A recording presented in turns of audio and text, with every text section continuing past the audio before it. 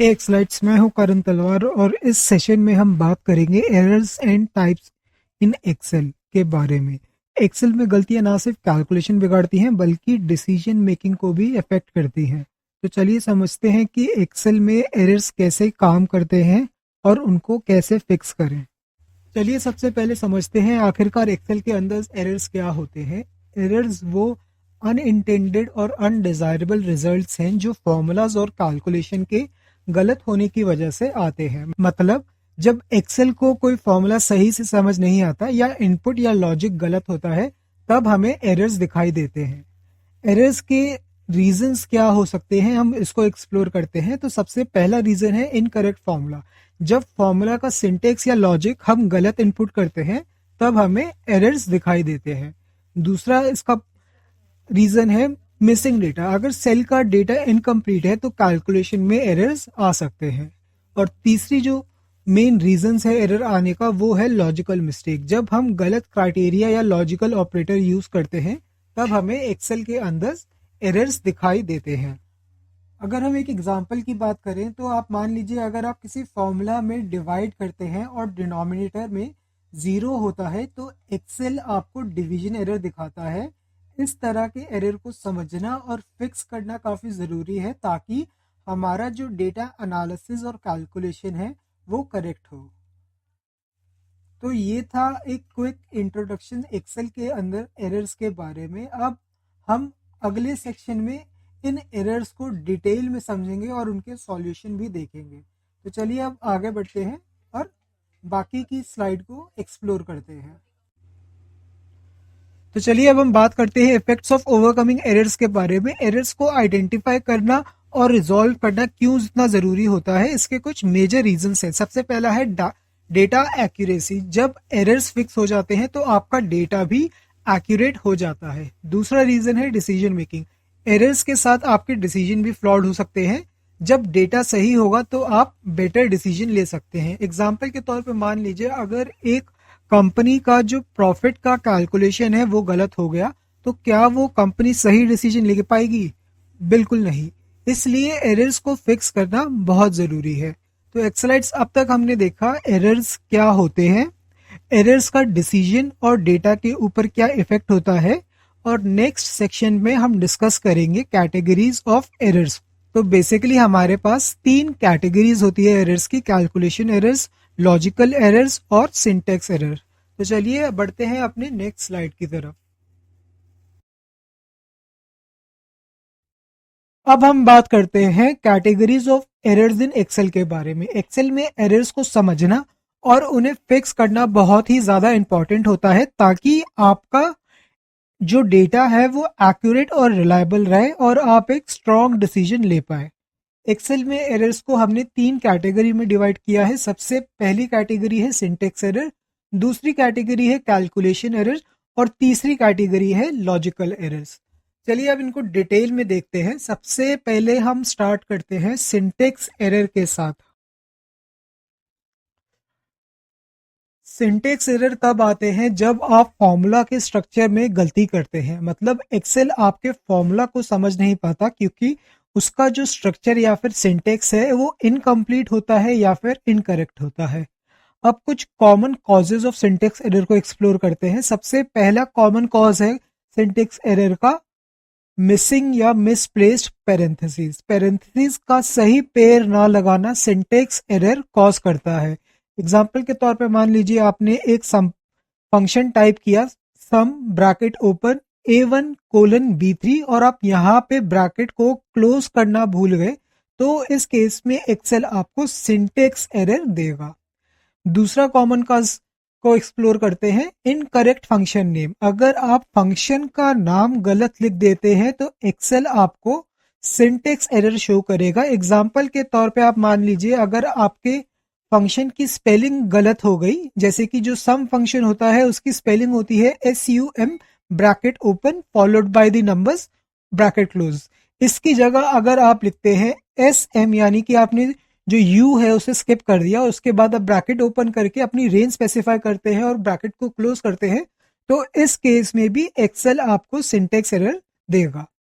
तीसरा इसका common cause है अनमैच्ड कोड्स। टेक्स्ट स्ट्रिंग्स के कोड्स का प्रॉपर पेयर ना होना भी एरर का एक रीजन होता है। एग्जांपल के तौर पे मान लीजिए, जब भी आप फॉर्मूले के अंदर किसी भी टेक्स्ट को सप्लाई करते हैं तो आपका जो टेक्स्ट है वो प्रॉपर डबल कोट्स के अंदर होना चाहिए। एग्जांपल के तौर पे अगर आपने अपने फॉर्मूला के अंदर लिखा कोट्स ओपन हेलो और इसके बाद हेलो लिखने के बाद कोट्स को आप बंद करना भूल गए तो इस केस में भी आपको एक्सेल सिंटेक्स का एरर देगा। तो ये थे कुछ common causes of syntax error. अब हम बात करते हैं इनके सॉल्यूशंस के बारे में। तो ऑलवेज अपने फॉर्मूला को स्टेप बाय स्टेप आप चेक कीजिए। एक्सेल में फॉर्मूला एडिटर का यूज करके जो आपसे गलती हुई है उसको आप हाईलाइट करके ठीक कर सकते हैं। पैरेंथेसिस, हेल्पर और सजेशंस का आप यूज कर सकते हैं जो एक्सेल ऑटोमेटिकली प्रोवाइड करता है। चलिए अब आते हैं कैलकुलेशन एरर्स पे। ये एरर्स तब होते हैं जब फॉर्मूला के अंदर मैथमेटिकल प्रॉब्लम होती है। Calculation error mostly invalid operation या गलत डेटा टाइप की वजह से आते हैं। अब हम कुछ कॉमन सिनेरियोज देखते हैं जहां पे कैलकुलेशन एरर्स आते हैं। सबसे पहला सिनेरियो है डिवाइडिंग बाय जीरो। जब आपका डिनोमिनेटर जीरो होता है तब एक्सेल आपको डिवीजन एरर दिखाता है। किसी भी नंबर को आप जीरो से डिवाइड करेंगे तो एक्सेल आपको डिवीजन एरर देगा, क्योंकि आप किसी भी नंबर को जीरो से डिवाइड नहीं कर सकते। तो ये एक मैथमेटिकल प्रॉब्लम है जिसकी वजह से एक्सेल डिवीजन एरर देता है। दूसरी बात करते हैं रेफरेंसिंग एन एम्प्टी सेल। अगर फॉर्मूला एम्प्टी सेल को रेफर करता है तो कैलकुलेशन इनकम्प्लीट हो सकती है। एग्जाम्पल के तौर पे मान लीजिए अगर आप लिखते हैं equal to A1 plus B1, जब B1 एम्प्टी होता है तो जो रिजल्ट होता है उसमें कोई भी एडिशन नहीं होती, बस जो वैल्यू A1 में है वो रिटर्न होती है। इस केस में कोई एरर एक्सेल के लिए आपको नहीं देता, लेकिन आपका जो रिजल्ट है वो गलत होता है। अब बात करते हैं इनवैलिड डेटा टाइप्स के बारे में। जब आप गलत डेटा टाइप का यूज करते हैं, जैसे कि नंबर की जगह आपने टेक्स्ट यूज कर लिया, तब उस केस में एक्सेल आपको कैलकुलेशन एरर दिखाएगा, यानी कि वैल्यू का जो एरर है वो आता है। एग्जांपल के तौर पे मान लीजिए आपने डबल कोट्स के अंदर टाइप किया ABC और उसके बाद आपने लिखा +5। तो इस केस में ABC जो है वो टेक्स्ट है और 5 जो है वो न्यूमेरिक डेटा टाइप है। तो इस केस में एक्सेल आपको वैल्यू एरर दिखाएगा, क्योंकि आप एक टेक्स्ट के साथ नंबर को ऐड नहीं कर सकते। अब सॉल्यूशन की बात करते हैं। तो डेटा और रेफरेंस को केयरफुली चेक करें जब आप अपने फॉर्मूला टाइप करते हैं। दूसरा है इनपुट वैल्यूज को वेरीफाई करें और इंश्योर करें कि सही डेटा टाइप यूज हो रहा है। डिवीजन के टाइम इंश्योर करिए कभी भी आप डिनोमिनेटर में जीरो ना रखें। चलिए अब बात करते हैं लॉजिकल एरर्स के बारे में। लॉजिकल एरर्स काफी ट्रिकी होते हैं, क्योंकि ये तब होते हैं जब फॉर्मूला गलत रिजल्ट देता है पर एक्सेल उसे एरर नहीं समझता। लॉजिकल एरर्स तब अकर करते हैं जब फॉर्मूला डेटा को गलत इंटरप्रेट करता है, या फिर हम फॉर्मूला के अंदर फ्लॉड क्राइटेरिया या फिर रॉन्ग लॉजिकल ऑपरेटर का यूज करते हैं। कुछ कॉमन सिनारियोज देखते हैं जहां पे लॉजिकल एरर्स अकर होते हैं। सबसे पहला कॉमन सिनेरियो है using the wrong logical operator. अगर आप अपने डेटा के अंदर गलत ऑपरेटर का यूज करते हैं तो रिजल्ट भी गलत हो सकता है, लेकिन एक्सेल उसे एरर नहीं समझेगा, तो आपको पता नहीं चलेगा कि आपकी जो कैलकुलेशन है वो गलत हुई है। दूसरा है इनकरेक्ट इंटरप्रिटेशन ऑफ डेटा। जब फॉर्मूला डेटा को सही से समझ नहीं पाता, उस केस में हमारे पास लॉजिकल एरर अकर होता है। फाइनली हम बात करते हैं फ्लॉट क्राइटेरिया इन फंक्शन के बारे में। फंक्शन जैसे कि सम इफ या काउंट इफ के अंदर गलत क्राइटेरिया सेट करना लॉजिकल एरर का कॉज होता है। इसके सॉल्यूशन के बारे में अगर हम बात करें तो सबसे पहला सॉल्यूशन है लॉजिकल ऑपरेटर और कंडीशंस को केयरफुली चेक करें, डेटा और फॉर्मूलाज को डबल वेरीफाई करें, स्मॉल टेस्ट कैलकुलेशन करके इंश्योर करें कि लॉजिक सही से काम कर रहा है। चलिए एक्सेल के अंदर एरर्स की कैटेगरी को एक्सप्लोर करने के बाद हम कॉमन टाइप ऑफ एरर्स को एक्सप्लोर करते हैं जो हमें एक्सेल में रियल टाइम में देखने को मिलते हैं जब भी कहीं हमारे डेटा या कैलकुलेशन में कोई गड़बड़ होती है। तो बेसिकली 6 कॉमन टाइप के एरर्स होते हैं एक्सेल के अंदर। सबसे पहला है डिवीजन एरर। दूसरा है वैल्यू एरर, तीसरा है एनए एरर, चौथा है रेफरेंस एरर, पांचवा है नेम एरर और छठा है नंबर एरर। डिवीजन एरर तब अकर होता है जब हम किसी वैल्यू को जीरो से डिवाइड करते हैं। वैल्यू एरर तब आता है ज्यादातर जब हम किसी नंबर में टेक्स्ट को ऐड करने की कोशिश करते हैं या फिर किसी भी न्यूमेरिकल फॉर्मूला में टेक्स्ट डेटा टाइप को यूज करते हैं। एनी एरर तब आता है जब लुकअप फंक्शन आपके द्वारा दी गई वैल्यू को डेटा सेट के अंदर फाइंड नहीं कर पाता। रेफरेंस एरर तब आता है जब आप अपने फॉर्मूला के अंदर जो रेंज स्पेसिफाई करते हो उसमें कुछ गड़बड़ हो जाती है या फिर वो रेंज गलती से डिलीट हो जाती है जब आप रोज या कॉलम को डिलीट करते हो। नेम एरर तब आता है जब आप फॉर्मूला का जो नेम है उसको मिसस्पेल करते हैं। और फाइनली अब हम बात करते हैं छठे कॉमन एरर के बारे में जो कि है नंबर एरर। तो चलिए अब नंबर एरर्स के कॉज देखते हैं। नंबर एरर तब आता है जब हम कोई इनवैलिड न्यूमेरिक वैल्यू को यूज करते हैं अपने फॉर्मूला के अंदर, या फिर हम किसी एक्सेसिवली लार्ज नंबर को यूज करते हैं, या फिर किसी इनकरेक्ट आर्ग्यूमेंट को अपने फंक्शन के अंदर यूज करते हैं। तो उस केस पे एक्सेल हमें नंबर एरर देता है। तो ये थे 6 एरर्स जो एक्सेल के अंदर आपको रियल टाइम में देखने को मिलेंगे। 6 एरर्स को एक बार दोबारा से रिवाइज करते हैं और इनके पीछे के कॉज को एक्सप्लोर करते हैं। सबसे पहले हम बात करेंगे डिवीजन एरर। तो यहाँ पे आप देख सकते हैं इस फॉर्मूला में जहाँ पे हम C7 सेल को 0 से डिवाइड कर रहे हैं, तो इस केस में एक्सेल हमें डिवीजन एरर देगा। अब बात करते हैं वैल्यू एरर के बारे में। तो वैल्यू एरर तब आता है जब हम अपने फॉर्मूला में गलत डेटा टाइप को यूज करते हैं। तो यहाँ पे आप एग्जांपल दे सकते हैं, सम के अंदर हमने डबल कोट्स में ओ मेंशन किया है और हम ओ लेटर को 1 से ऐड करना चाह रहे हैं, तो इस केस में एक्सेल हमें वैल्यू एरर देगा। रेफरेंस एरर तब आता है जब हमारे द्वारा स्पेसिफाई की गई रेंज या तो डिलीट हो गई है या तो हमने गलत रेंज को स्पेसिफाई किया है, यानी कि गलत सेल एड्रेस को स्पेसिफाई किया है। तो इस केस में जो एक्सेल है आपको रेफरेंस एरर देता है।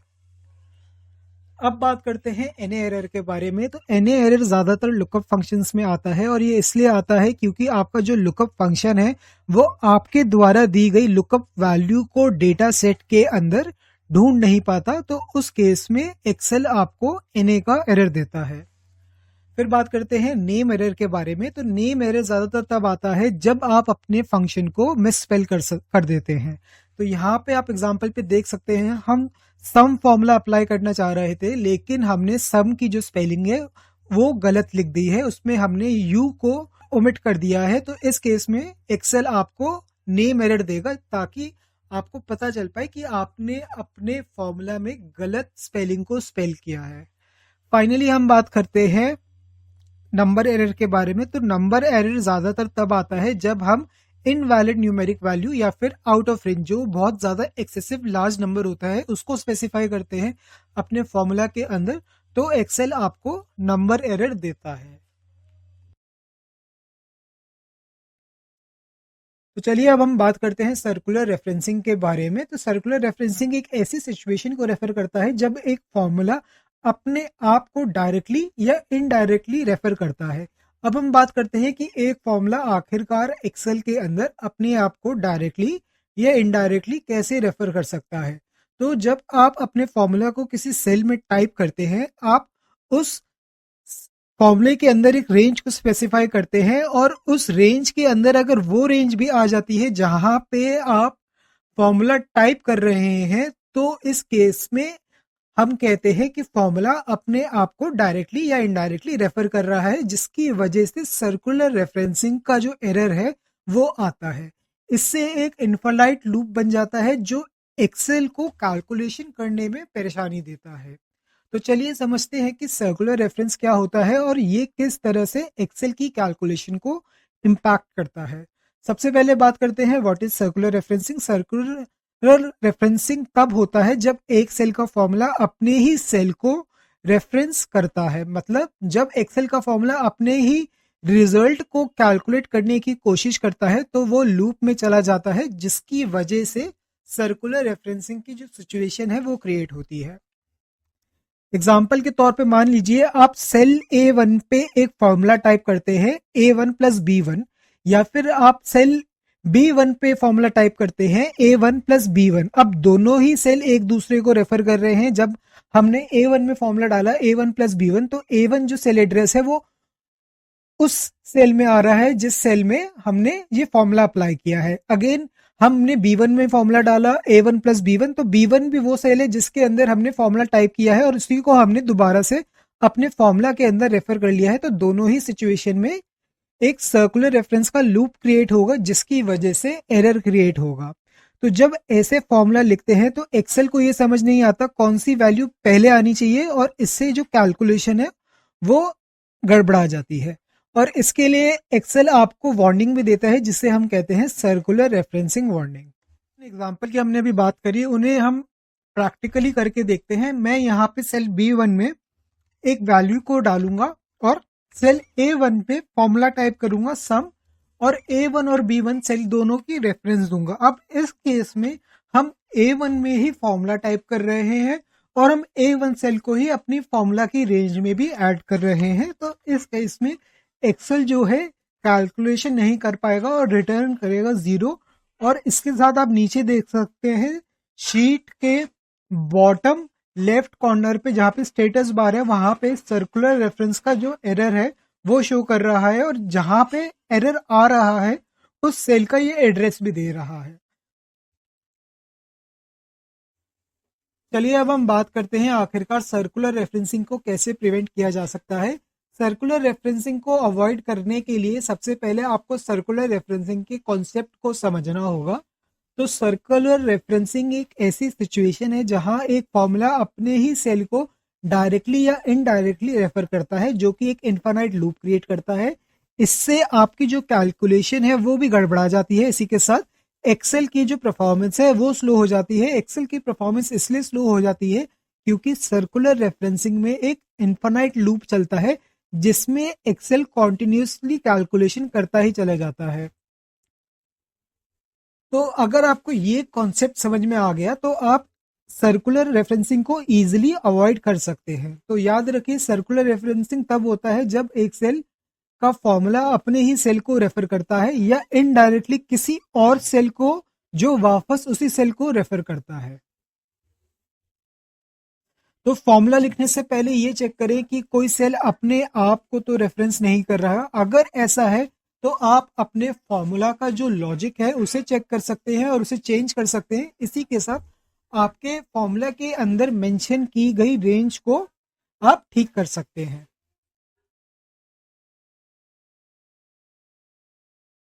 तो चलिए जो बातें हमने सर्कुलर रेफरेंसिंग के बारे में की है उन्हें हम प्रैक्टिकली करके देखते हैं, उनका आखिरकार मतलब क्या होता है।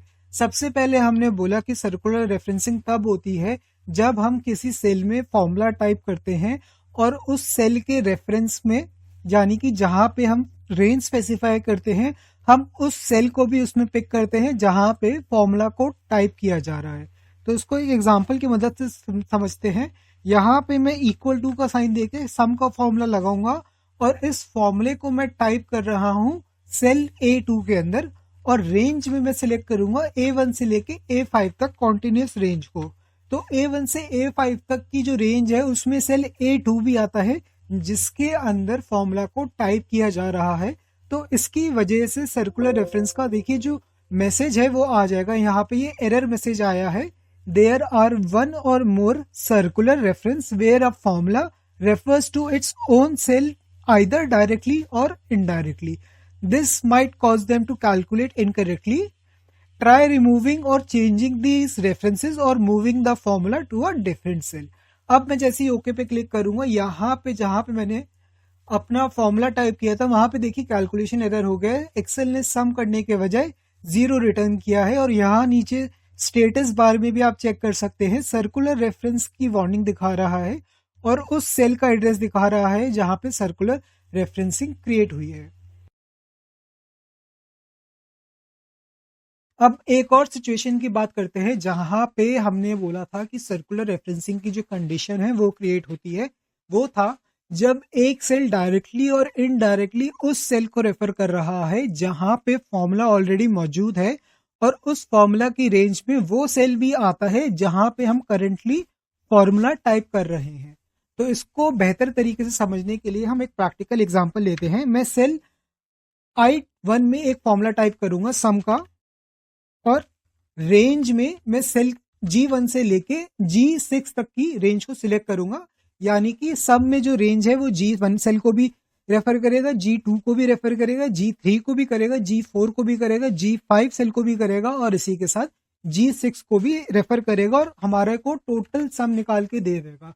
यहाँ पे हमारे पास अब कोई दिक्कत नहीं आई अभी तक। लेकिन अब एग्जाम्पल के तौर पे मान लीजिए मैं कॉलम G में जाके G1 से लेके G6 में से किसी भी एक सेल की वैल्यू को डिलीट करता हूं। एग्जाम्पल के तौर पे मान लीजिए मैं सेल G2 की वैल्यू को डिलीट कर देता हूं, और अब यहाँ पे एक फॉर्मूला टाइप करता हूं इक्वल टू सम, और एक रेंज को मैं सिलेक्ट करता हूं I1 से I2।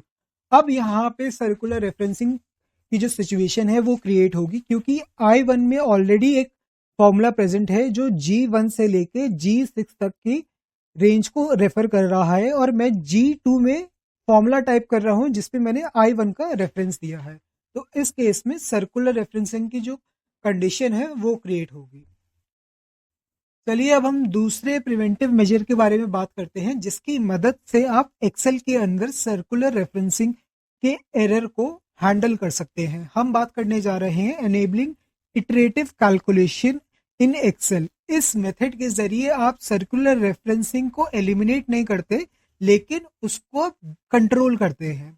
तो अगर आपको सर्कुलर रेफरेंस का यूज करना हो तो एक्सेल में इटरेटिव कैलकुलेशन अनेबल करके आप सर्कुलर रेफरेंसिंग को कंट्रोल कर सकते हैं। एक्सेल को एक लिमिटेड नंबर ऑफ इटरेशंस मिलती हैं, और वो कैलकुलेशन को कंट्रोल करके फिनिश करता है। ये ऑप्शन आपको सर्कुलर रेफरेंस के साथ काम करते वक्त मदद करता है। तो चलिए इसके स्टेप्स को देखते हैं, कैसे हम एक्सेल के अंदर इटरेटिव कैलकुलेशन को एनेबल कर सकते हैं। सबसे पहले हम फाइल मेन्यू पे जाएंगे, वहां से हम ऑप्शन पे क्लिक करेंगे। ऑप्शन के बाद हम फॉर्मूला टैब पर जाकर एनेबल इटरेटिव कैलकुलेशन को चेक करेंगे, और इसके बाद मैक्सिमम इटरेशंस और मैक्सिमम चेंजेस वैल्यू को सेट करके हम ओके पे क्लिक करेंगे, और हमारी जो इटरेटिव कैलकुलेशन है वो अनेबल हो जाएगी। जब आप इटरेटिव कैलकुलेशन अनेबल करेंगे तो मैक्सिमम इटरेशंस और मैक्सिमम चेंज वैल्यूज को ऑप्टिमाइज करना जरूरी है, ताकि एक्सेल को एक्यूरेट रिजल्ट दिखा सके। चलिए देते हैं कि कैसे हम एक्सेल के अंदर इटरेटिव कैलकुलेशन को अनेबल कर सकते हैं। सबसे पहले हम जाएंगे फाइल मेन्यू पे। फाइल मेन्यू के बाद हम आएंगे नीचे ऑप्शंस पे। ऑप्शंस के बाद हम फॉर्मूला टैब पे जाएंगे, और यहाँ पे स्क्रीन के राइट हैंड साइड पे देखिए आपको एक ऑप्शन मिलेगा अनेबल इटरेटिव कैलकुलेशन।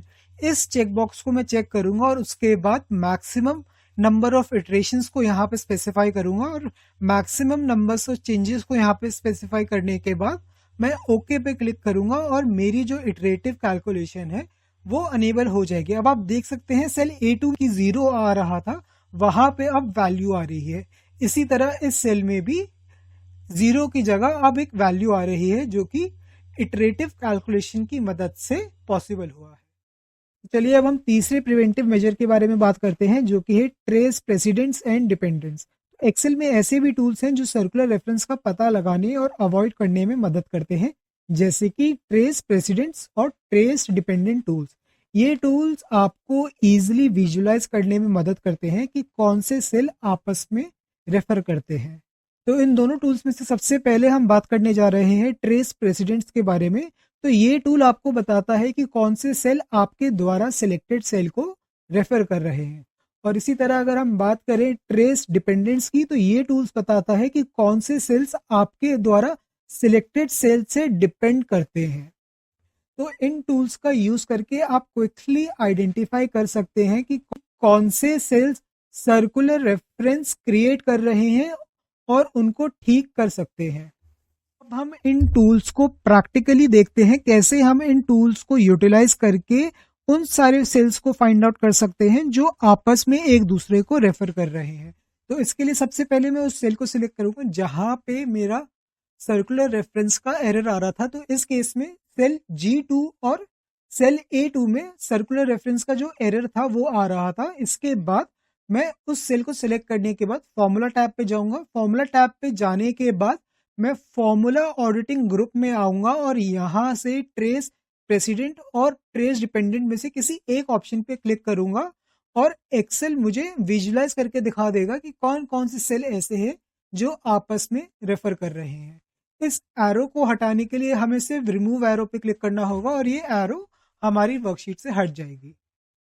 तो इस तरीके से आप ट्रेस प्रेसिडेंट और ट्रेस डिपेंडेंट टूल्स का यूज करके विजुअलाइज कर सकते हैं कि कौन से सेल आपस में रेफर कर रहे हैं और सर्कुलर रेफरेंसिंग को एलिमिनेट कर सकते हैं अपने फॉर्मूले के सिंटेक्स या उसके अंदर मौजूद रेफरेंस को चेंज करके।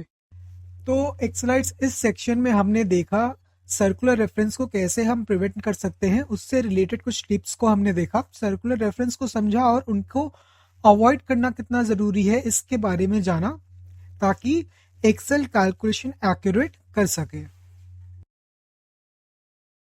हम कुछ ऐसे ट्रिक्स और मेथड्स की बात करते हैं जिससे हम एरर को डिटेक्ट और उन्हें रिजॉल्व कर सकते हैं एक्सेल के अंदर। सबसे पहला है विजुअल रिप्रेजेंटेशन। जब भी आपके किसी भी सेल में एरर आता है एक्सेल उसे ग्रीन ट्रायंगल से इंडिकेट करता है। एग्जाम्पल के तौर पे मान लीजिए मैं किसी नंबर को 0 से डिवाइड करता हूं तो सेल के टॉप लेफ्ट कॉर्नर पे आप देख सकते हैं यहाँ पे एक छोटा सा ट्रायंगल आ रहा है ग्रीन कलर में जो कि इंडिकेट करता है कि इस सेल के अंदर एरर है। तो यहां से हम क्विकली आइडेंटिफाई करके उस एरर को करेक्ट कर सकते हैं। तो चलिए अब हम अपने दूसरे मेथड की तरफ बढ़ते हैं जिसके जरिए हम एक्सेल के अंदर एरर हैंडलिंग कर सकते हैं। हम एक्सेल के अंदर built in functions and formulas की मदद से एरर हैंडलिंग कर सकते हैं। ऐसा ही एक फंक्शन है इफ एरर। इफ एरर आपको एक ऑल्टरनेट रिजल्ट या फिर मैसेज शो करता है अगर आपने जो इफ एरर के अंदर सिंटेक्स प्रोवाइड किया है या फिर फॉर्मूला यूज किया है उसमें कोई एरर रिटर्न होता है। तो ऐसा ही एक दूसरा फॉर्मूला है इज एरर। इज एरर ये चेक करता है कि किसी सेल के अंदर एरर है कि नहीं। अगर एरर होता है तो वो ट्रू रिटर्न करता है, अदरवाइज वो फॉल्स रिटर्न करता है। ऐसे ही कुछ और फॉर्मूलेस की मदद से आप एक्सेल के अंदर एरर हैंडलिंग को इजीली मैनेज कर सकते हैं। अब हम बात करते हैं best practices for error prevention के बारे में। इन टिप्स का यूज करके आप एरर को एक्सेल में होने से पहले ही रोक सकते हैं। सबसे पहला है validate cell entries and data input. हमेशा इंश्योर करें कि सेल में सही और कंप्लीट डेटा एंटर हो। इनकरेक्ट इनपुट से एरर्स आना कॉमन होते हैं। Use consistent formatting and naming convention. Consistent formatting और नेमिंग कन्वेंशन का यूज करके आप एरर्स को रिड्यूस कर सकते हैं। इससे डेटा एनालिसिस और फॉर्मूला और भी ज्यादा इजी हो जाता है। फिर हम बात करते हैं regularly review and reconcile data. Time to time अपने डेटा को रिव्यू और रिकंसाइल करें ताकि एरर्स डिटेक्ट हो सके और एक्यूरेसी मेंटेन रहे। इसके अलावा आप कंडीशनल फॉर्मेटिंग की मदद ले सकते हैं उन सारे सेल्स को हाईलाइट करने के लिए जिनमें एरर्स है और उनको क्विकली आइडेंटिफाई करके आप करेक्ट कर सकते हैं। एक और तरीका है जिससे कि आप एरर को प्रिवेंट कर सकते हैं वो है डेटा वैलिडेशन। डेटा वैलिडेशन का यूज करके एक्सेल में आप यूजर को रिस्ट्रिक्ट कर सकते हैं कि वो किस टाइप का डेटा एंटर कर सकता है। जब तक आपका डेटा एक पर्टिकुलर क्राइटेरिया को मीट नहीं करेगा यूजर आपके सेल्स के अंदर डेटा को एंटर नहीं कर पाएगा। तो इस तरीके से आप एक्सेल के अंदर एरर्स को प्रिवेंट कर सकते हैं बाय यूजिंग डिफरेंट मेथड्स। तो एक्सलाइड्स हमने इस ट्यूटोरियल में एक्सेल एरर्स के टाइप्स, प्रिवेंशन मेथड और सॉल्यूशन के बारे में डिटेल में चर्चा की है। एरर्स को आइडेंटिफाई करना, रिजॉल्व करना और प्रिवेंट करना बहुत ज़रूरी है क्योंकि ये इंश्योर करता है कि आपका डेटा एक्यूरेट और रिलायबल हो। एक्यूरेट डेटा से आपका जो डिसीजन मेकिंग प्रोसेस होता है वो और भी ज़्यादा स्ट्रांग होता है और रिजल्ट जो होते हैं वो ट्रस्टवर्दी बनते हैं। इस थ्योरेटिकल नॉलेज के बाद अब हम एक्सेल की फाइल की तरफ बढ़ते हैं और प्रैक्टिकली करके देखते हैं कि एक्सेल के अंदर फॉर्मूलाज कैसे बिहेव करते हैं और हम कैसे उन्हें रिजॉल्व कर सकते हैं।